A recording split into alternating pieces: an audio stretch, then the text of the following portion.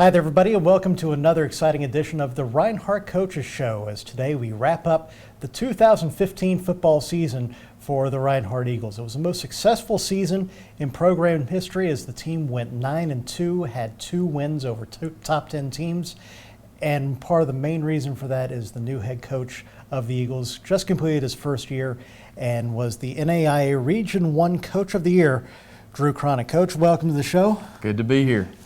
It's been a whirlwind of a season for you, I think is a fair way to put it. Since we mentioned the Coach of the Year aspect, let's talk a little bit about that, because you're also the Mid-South Conference West Division Co-Coach of the Year, then to get a Regional Coach of the Year award.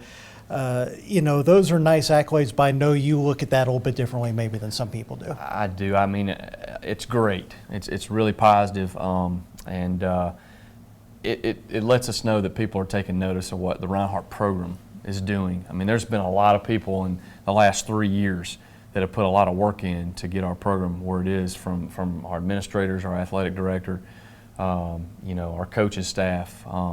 Head coaches win awards because a lot of people do a good job, and you get kids buying into what you're doing. And so I've been very pleased with how everybody's just jumped in here and gone to work and done a great job this year. And it's nice to get awards, but you need to understand why you get them, and it's because you got a lot of people doing a great job. And that's one of the things I noticed about you too, is that when I've heard you talk about the individual awards too that your team will get. Let's say Ryan Thompson, for example, being the NAIA Offensive Player of the Week after the win over Lindsey Wilson. But it's one of those cases where you end up with guys who win individual awards, but it's not possible unless the team actually performs as well. Right. I mean, and that's a good example. Ryan's very deserving of that award, but it's really people taking notice of what our program is doing, and so it's nice to get that. We had 10 all-conference players. We had 19 academic all-conference players.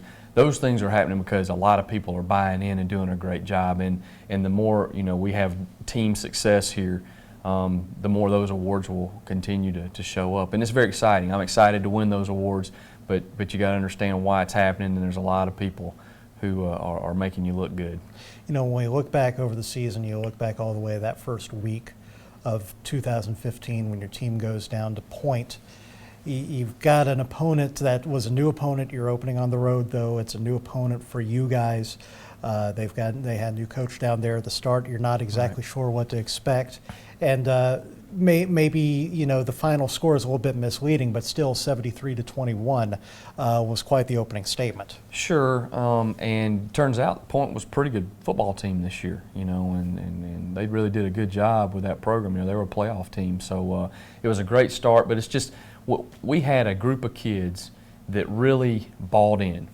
They showed up in shape. One of the negatives, I say negative, that's pretty strong, but we don't get them during the summer. They're gone from the time they take those finals in May or end of April until we get them back in August. That's 3 months, so our kids really bought into going home and going to work. We had several kids stay here this summer as well. I had probably 25, 30 kids here this summer, but they showed back up and passed our running test, which is a pretty strenuous running test. They came in ready to go.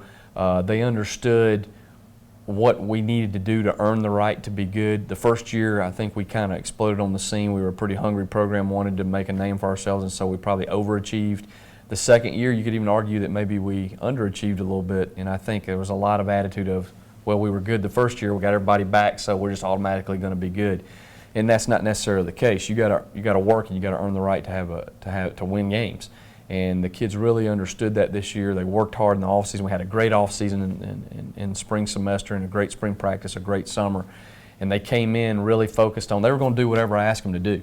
And we're pretty hard on our kids around here. We work, and we're a little old school, and we're trying to run this program as much like a Division I football program as we can, and those kids work their hind end off. We consider ourselves a strong conditioned team. We really take pride in being conditioned, and we go with our tempo and all those things, which I think helps us. If you've seen us play, you can see sometimes that wears on opponents. So, and it did that first game.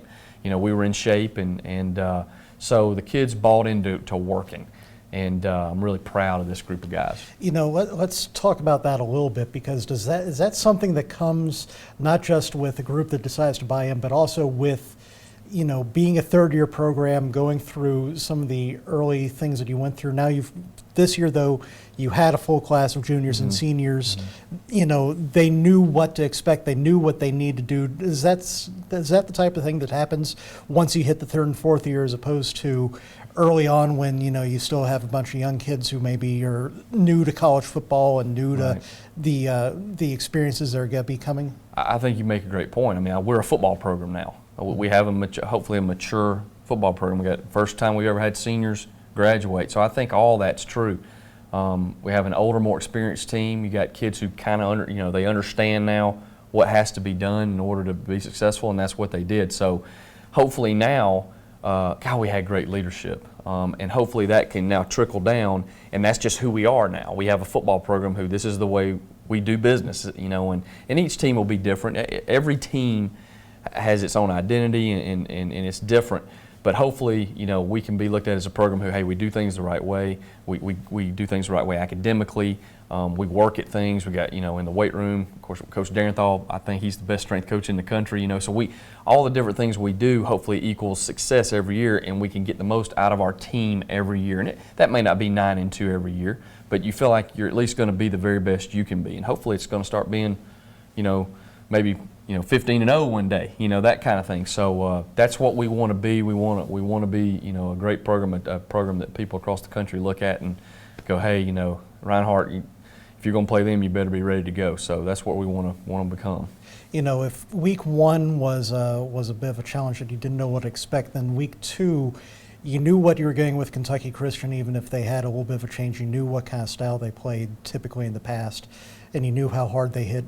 You know, on defense, they were one of the hardest hitting teams really in all of the Mid-South, East, or West. But your team really, I think, set the tone for what to expect the rest of the year in that game, maybe more than even in week one. When you come out 52-3, a win in that game, you defend your home field, something that the team has struggled in the previous 2 years to do, but you come out and you really made, I think, the biggest statements, you know, even bigger than in week one with that week two win. And I think, too, the fact that they had beaten us the year before the way they did, and just knowing it was a conference game and having, you know, early in the year having things to prove, and we really played a clean football game. I mean, that was about as total of an effort as we had the whole year, both sides of the ball. Defense holding them to 3 points, and offense clicking pretty good and getting to play a lot of kids. And so, yeah, that was a nice win, a good way to start off conference play. We've got 8 more regular season games that we'll touch on a bit, and then we'll also look at the playoff game that Reinhardt had, the first ever playoff game, and we'll focus a little bit more on the future as well of the Reinhardt University program. That's coming up right after this. You're watching the Reinhardt Coaches Show. For more information on Reinhardt Athletics, visit the website at reinhardteagles.com. At Jersey Mike's, we think no sub should be measured in inches long or seconds till served. A sub should be measured in moments. Time with friends. Lunch breaks unbroken. Every sub is a chance to be great. Every sub should ask the question, am I a sub or am I a sub above? Jersey Mike's. Be a sub above. Shape your life and build your future at Reinhardt University. Learn in small classes taught by professors who build community as they share knowledge. Make your home on Reinhardt's beautiful campus or take classes at selected locations. For more than 130 years, the Reinhardt experience has extended beyond the classroom to include sports, music, clubs, and much more. Reinhardt University, shaping lives, building futures. Chick-fil-A of Canton is a proud sponsor of Reinhardt University Athletics. Visit either of their 2 locations in Canton today. Welcome back to the Reinhardt Coaches Show. Jason Haynes along with the head coach of the Eagles, Drew Cronic. And Coach, one of your biggest tests that you had of the season really came against Pikeville. It was here on your home field. Your team had a lot of momentum going for it, but had some big games coming up that it would have been really easy to look ahead to as well. Sure. But that game against Pikeville is a game you guys were struggling all game to really get things going. But then once it started clicking, it clicks, and you finally take a late lead, end up holding on to win at the end. Yeah, we just came off a big win versus Georgetown, who Georgetown year in and year out is considered, if not the best program, one of the best programs in our conference, a playoff team every year. And so we just come off a big win, and I knew Pikeville was really good. You watch them on film, and when we saw them in person, they had about as good looking a football team as we played, and they really were hungry to beat us, I think. And we got in the game, and our defense, we weren't clicking offensively early, and we gave up a couple big plays in the passing game, and so all of a sudden I believe we were down 21-0. You're going, oh wow, man, what are we doing? But we finally kind of got some things going in the second quarter, and I felt like our tempo offensively began to take a toll. I believe the game was around 21-18 at the half. So we kind of were able to close the gap right there, and we are able to score sometimes quickly and in bunches, so we were able to do that in the second quarter. And we really challenged them at halftime, and our kids understood we were playing a good team, and came out in the second half, and we kind of looked in the third quarter like we did in the first quarter, but the fourth quarter we came back and won late, and I think we scored with maybe a minute to go to take the lead, take our first lead of the game. Nigel Curtis there just ran over a couple guys to get in the end zone. Huge win for us. I think really any really good team can always look back on a season and think about there's maybe one game where you struggled and maybe you shouldn't have won the game, but you figured out a way to get it done. And I think that was that kind of game for us, and so I was really proud to keep that momentum going, and our guys just found a way to win there at the end. Before you had two big games against Faulkner and Lindsey Wilson, you had a game against Bluefield that you're going to another team that you hadn't played in the past, but they're a team that have been down in recent years. You're going to an unknown venue up in West Virginia that you never played at before.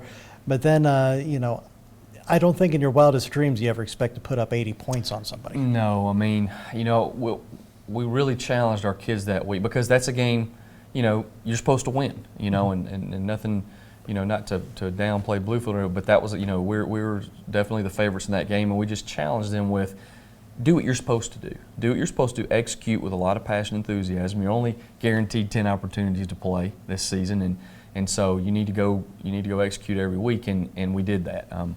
80 points, it snowballed, kind of like it did in the point game. It snowballed a little bit then. We had a defensive score and all that, but I think it was maybe around 59-14 at the half, so we really responded well. I know our defense gave up 2 early touchdowns, but then totally shut them down the rest of the game. But kids came in, played well. It was kind of rainy that day there, kind of cold, and our guys came out and did what they're supposed to do, and it ended up being a good week for us. One thing I want to touch on a little bit too is having these games that you're able to get, a big advantage and hold on and get a big win.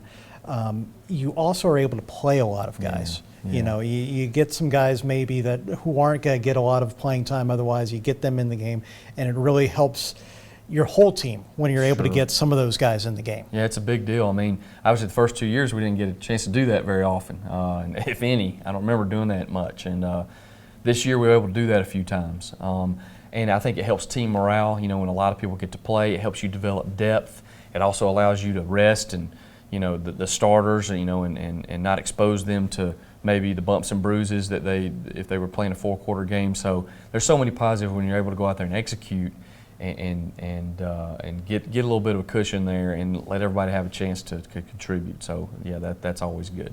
Your team had 2 wins against top 10 opponents this year. The first one came here against Faulkner, and it seemed like I've been using the word statement a lot, but it almost was like every single game your team went out looking to make a statement, and there was a reason for that statement. This was a Faulkner team that had beaten you here, and you beat them in the first year of the program when they were kind of rolling, and down there. So it was a game that's become a quick little rivalry between you two, and it was also a division game as well. So it added that much more significance to it. Yeah, it has become a rivalry very, very quickly. Obviously, we went down there, and that was kind of our first big win as a program 2 years ago, to go down there and upset them, and then they came here and beat us in overtime, and they have been a playoff team.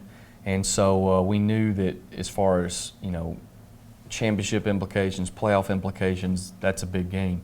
And our kids, they're excited to play Faulkner. And I think Faulkner's excited to play us. I think it's become that kind of deal. So we went out there, started off a little slow again. I believe they were up 21-3 at one point, and we'd had a turnover, I think, earlier, turnover or two maybe.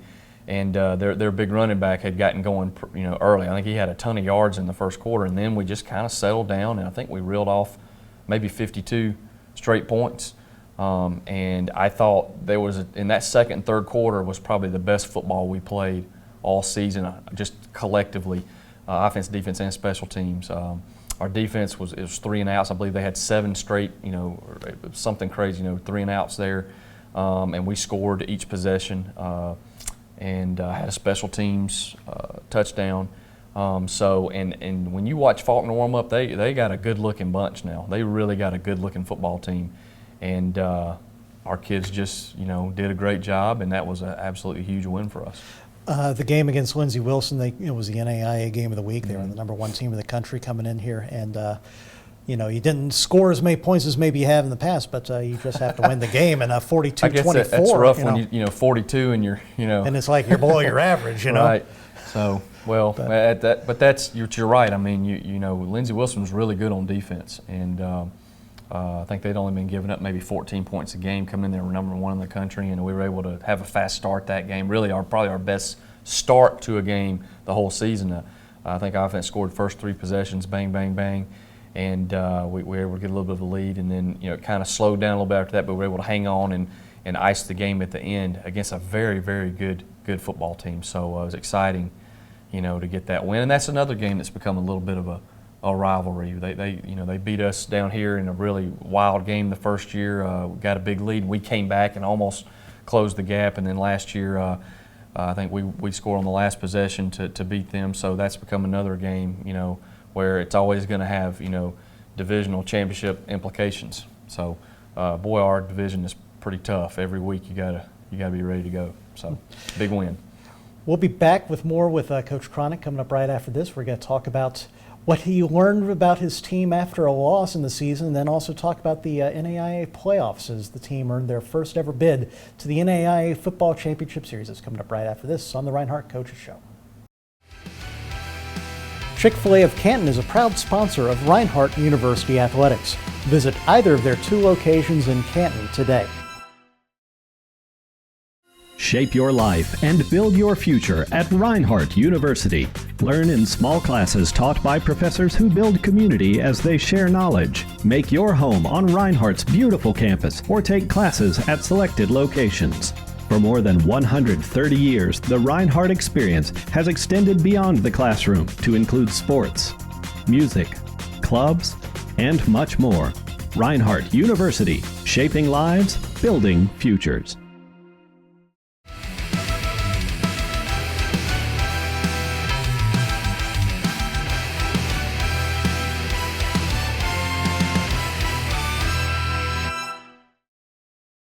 At Jersey Mike's, we think no sub should be measured in inches long or seconds till served. A sub should be measured in moments. Time with friends. Lunch breaks unbroken. Every sub is a chance to be great. Every sub should ask the question, am I a sub or am I a sub above? Jersey Mike's. Be a sub above.